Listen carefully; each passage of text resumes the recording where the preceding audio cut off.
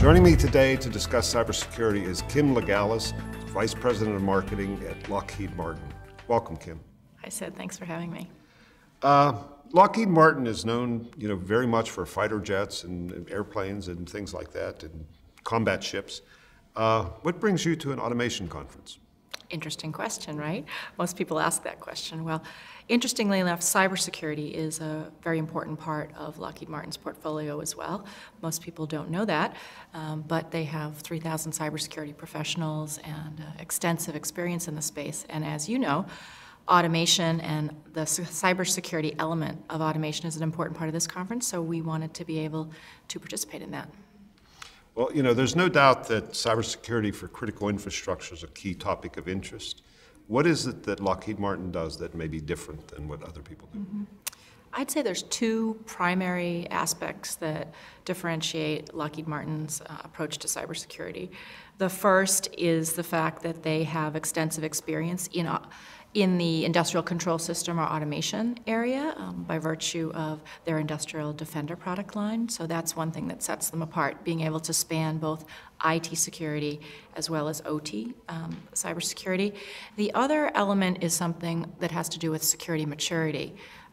Most organizations, large critical infrastructure organizations, are looking at their cybersecurity, looking at their traditional defense in-depth approaches, and seeing that while they need those, they need also to take a more advanced approach, and looking at that by using something called intelligence-driven defense. So thinking about what intelligence do we have about the threat environment, what do we know about the threat actors themselves and the behavior that they do, and Lockheed Martin has extensive cybersecurity intelligence.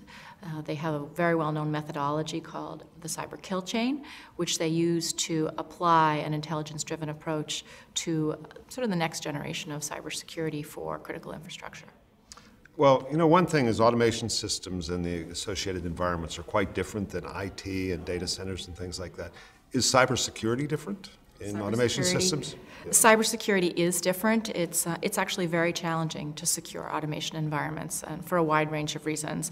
They have unique endpoints. There are different types of systems, SCADA systems and other control systems are from vendors that are not the typical vendors in an IT environment. So understanding the unique nature of that OT environment itself and creating technologies that secure that environment and the unique aspects of it are something that really does set apart cybersecurity in the automation space, and something that we pride ourselves in having 10 years of expertise doing.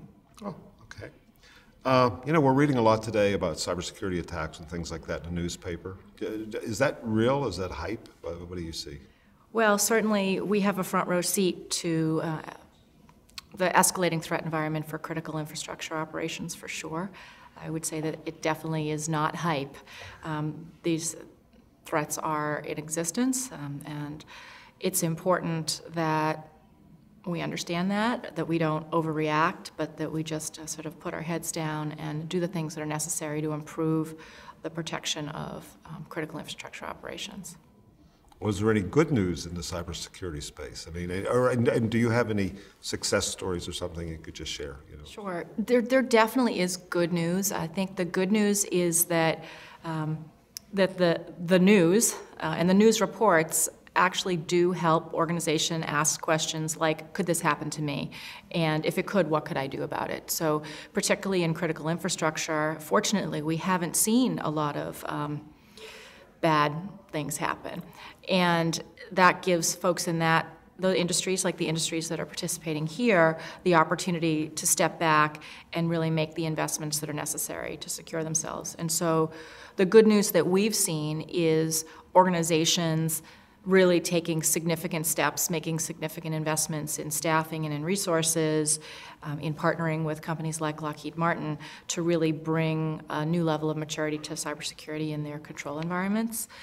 The case studies or examples that I would share with you without naming names would be organizations that are large nationwide utilities, for example, putting in a common cybersecurity platform across their entire power generation fleet so that they have visibility to what's happening inside that environment, which has traditionally been quite difficult to do.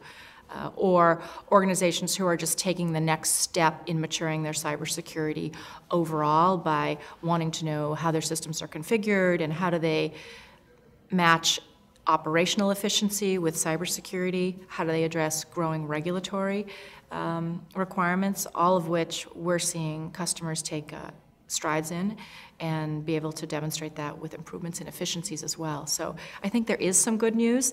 There's lots and lots of work that needs to be done, but progress is definitely being made. Okay. Well, thank you for talking with us today, Kim. You're welcome. Appreciate it. We've been talking with Kim Legelis of Lockheed Martin. Thank you for watching.